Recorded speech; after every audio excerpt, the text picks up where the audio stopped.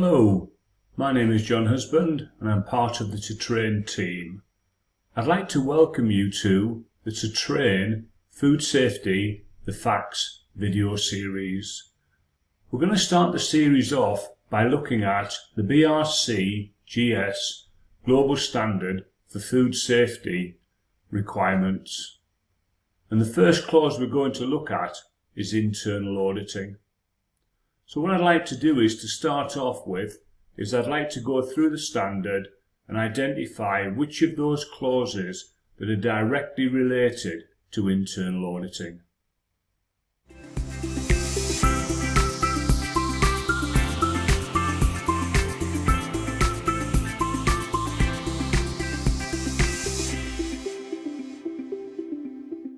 Before we start going through the standard and identifying the individual clauses directly relating to internal audits, then you may wish to pause the video and get yourself a copy of the standard so you can directly cross-reference back to the individual clauses.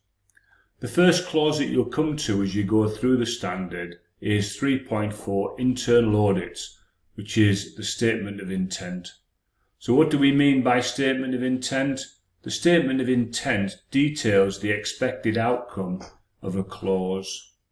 As well as being a statement of intent, it is also a fundamental, and a fundamental clause is a requirement that is crucial to the establishment and operation of an effective food safety operation.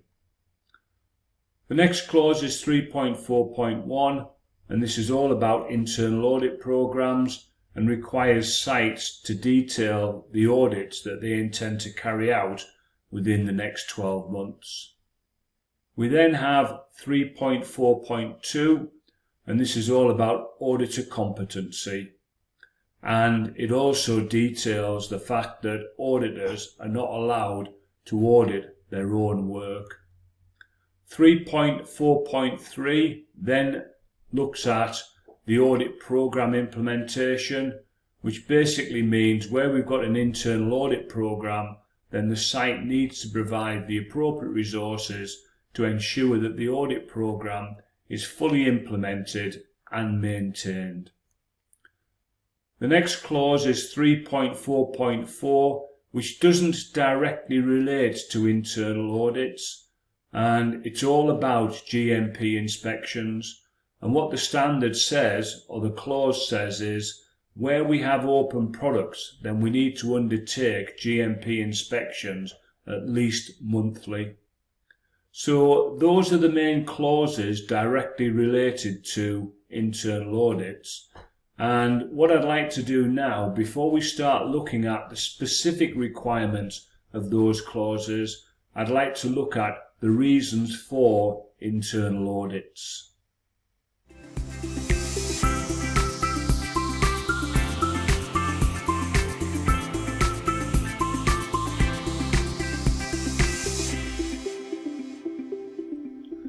There are many reasons why a company needs to undertake internal audits. However, for this particular video, we've identified what we think are the three key reasons. The first one is ensuring continued compliance with the requirements of the standard. And the way that I like to explain this is through a graph. As you can see on the graph, on the left-hand side, we have the percentage of compliance. That would be the percentage of compliance to the global standard for food safety. And then across the bottom, we've got the individual months. When a company or site is first registered to the standard, then they're going to have around about 100% compliance. But as time goes on, unfortunately, that compliance generally falls off. So what we need is we need to have an internal audit. The internal audit identifies areas that need to be addressed. Once those areas have been addressed, then the compliance goes back up. But unfortunately, as we go through the year, then the same cycle appears. So it's important that we have a full program of audits and those audits are fully implemented and maintained. The second reason why a site needs to undertake internal audits is to ensure that they have adequate controls in place to control risks. And when we talk about risks, there are probably three main risks we're looking at. The first one is food safety, and it's absolutely paramount that any food production facility produces food that is fit for human consumption. And all auditors, prior to doing any audit in a food production area, should be reviewing the food safety plan or the hazard plan to understand what the key risks are in those areas. The second one is ensuring that the site or company maintain legislation requirements. Now, when we look at legislation requirements, obviously the two main ones are going to be the fact that they've got a full hazard plan in place and also that they have traceability. But then underneath that, you've then got a number of very important pieces of legislation like temperature control, also labelling and weighing, and there are many others that sites need to be aware of. And the final one is quality, and that is ensuring that the quality of our product meets our customer requirements. So those are the three areas of risk, and as an internal auditor we have a good opportunity to make sure that we have appropriate controls in place to control those risks. And the final one is identifying areas for improvement. And I think too many times audits are seen as just compliance, a bit like a policeman going around making sure that we are compliant and are working as detailed by our own procedures and the standard and legislation. However, it's as important that as an auditor we do have the opportunity to identify areas for improvement. So internal audit should be seen as a tool to identify improvements. So those are the main reasons why a site needs internal audits. So what we now need to do is we now need to look at scope and understand what do we mean by the term scope.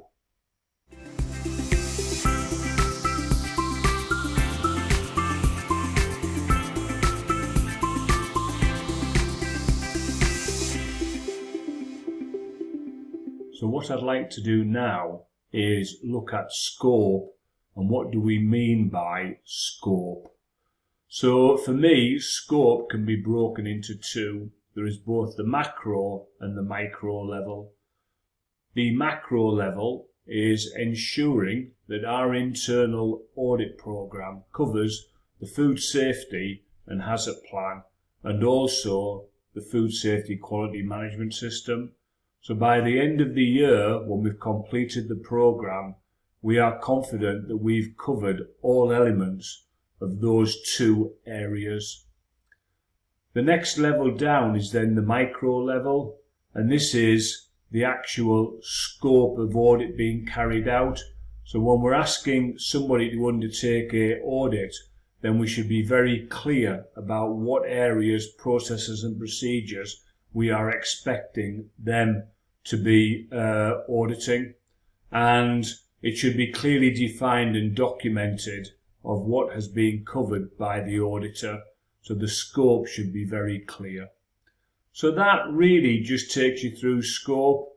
So what we're now going to do is we're going to look at the individual clauses and the specific requirements.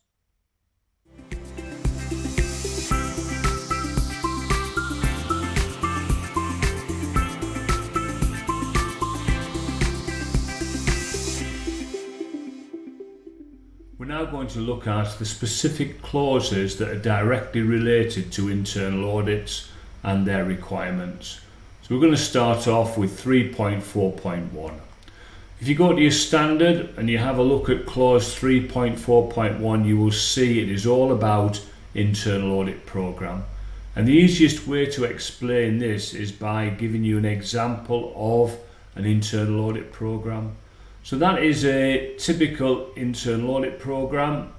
The standard doesn't tell you the format that you need to use. That is left up to the company, but that is a fairly common internal audit program. So what we've got is, as you can see in the first column, we've got all of the different procedures, processes and policies that we would like to audit within the next year, and that should ensure that our hazard plan and food safety quality management system requirements have fully been covered. We've then put the document reference in, and then we've got the individual columns or months that we can identify when we would like the audit to be carried out. You can then see the colour coding. So if it's blue, then that means that the audit has been completed. If it's green, that means that it's been scheduled. And then you can see the initials inside the individual boxes. Those tell us which auditor is going to be carrying out or has carried out the audit. Now, when we actually look at the audit program, there are a number of requirements in the standard. The first one is that you have to schedule your audits across the year, and they have to be a minimum of 4 different dates. And then probably the main one from there is then, depending on the frequency, we need to understand the risk associated with that particular procedure, process or policy. And those with higher risk, we should be auditing more frequently.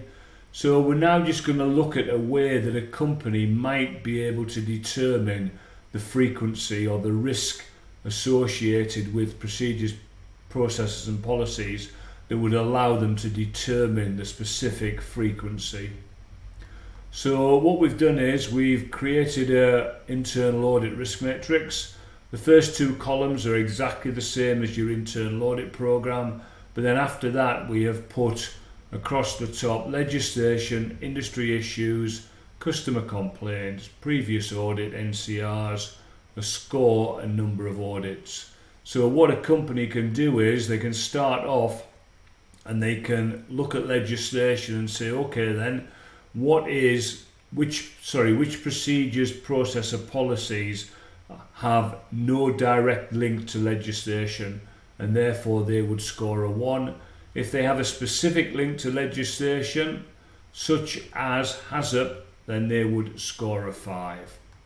The next one is industry issues. So have there been any specific industry issues?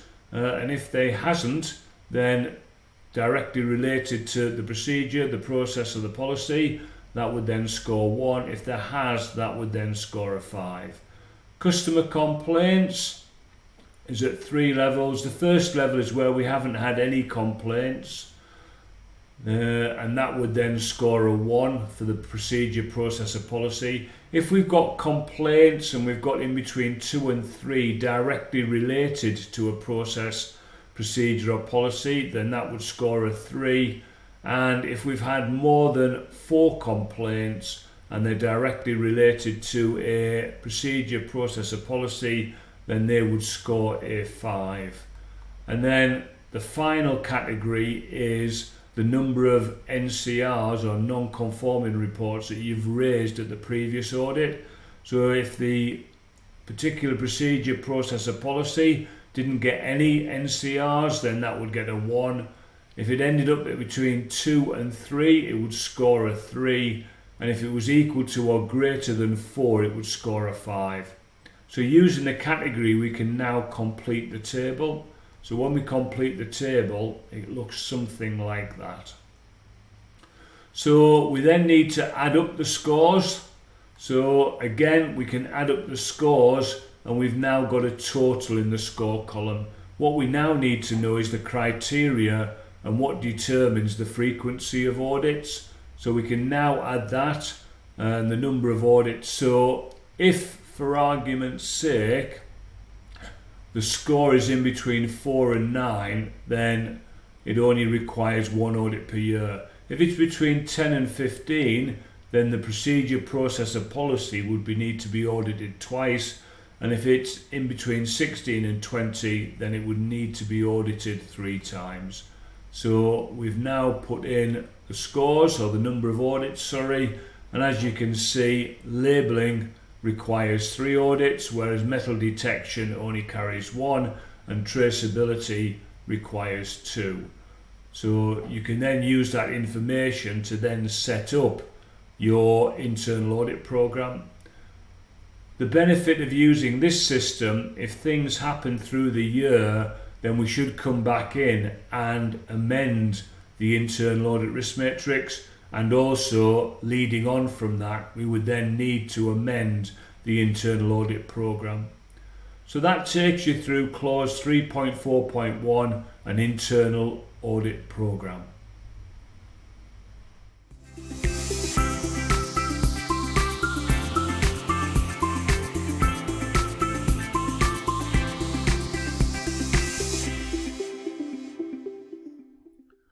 We're now going to have a look at clause 3.4.2. Clause 3.4.2 is directly relating to ensuring that anybody who undertakes internal auditor is trained and competent. Now, I would have to say that this is one area where I think some companies could do a lot better than they already do. And my experience is that just sending somebody on a 2-day internal auditing course does not make that person an internal auditor. And what companies should be looking at is the support they need to give that person for when they come back off the internal audit program. And even if it's to the extent of where you have, say, 3 audits, the first audit, the person witnesses somebody else doing the audit. Second one, they participate in the audit, and then the third one, they carry out themselves, but slowly building up to actually be able to carry out their own audit. And as I'm sure most people are aware, when you carry out audits, it's all about confidence. And if you don't have confidence, then you're not going to do a good auditor. So that's the first thing, that the person needs to be trained and competent. The second thing is the standard says that you're not allowed to audit your own work. So those are the main requirements of clause 3.4.2.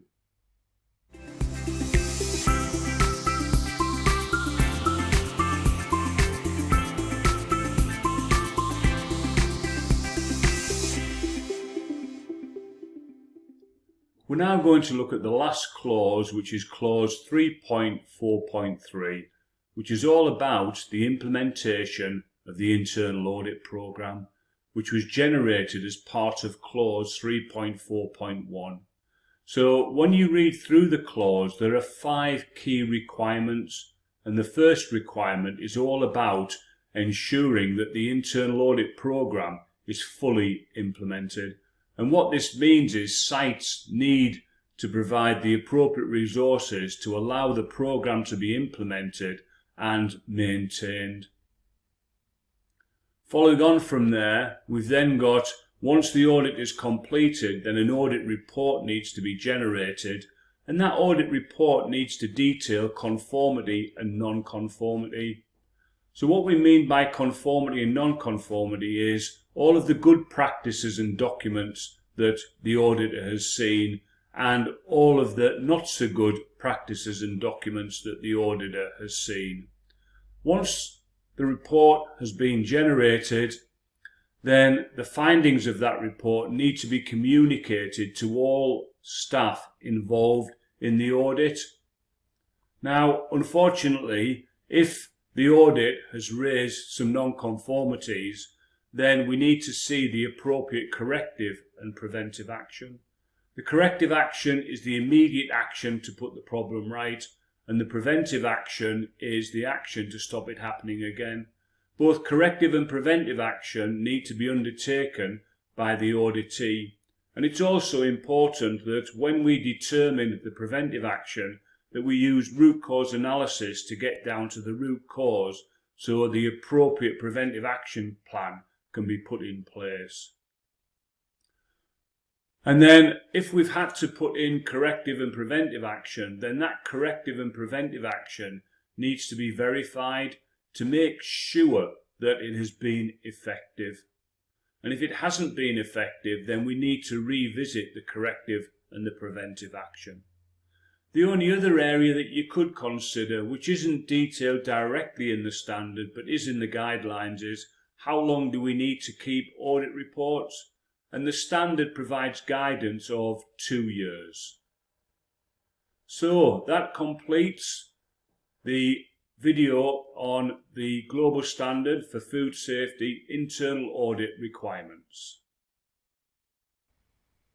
That's the end of our BRCGS Global Standard Food Safety Internal Auditing video. If you'd like to see more videos on the BRC standard, then please subscribe to the channel and also click on the bell and you will be emailed when we upload our next video.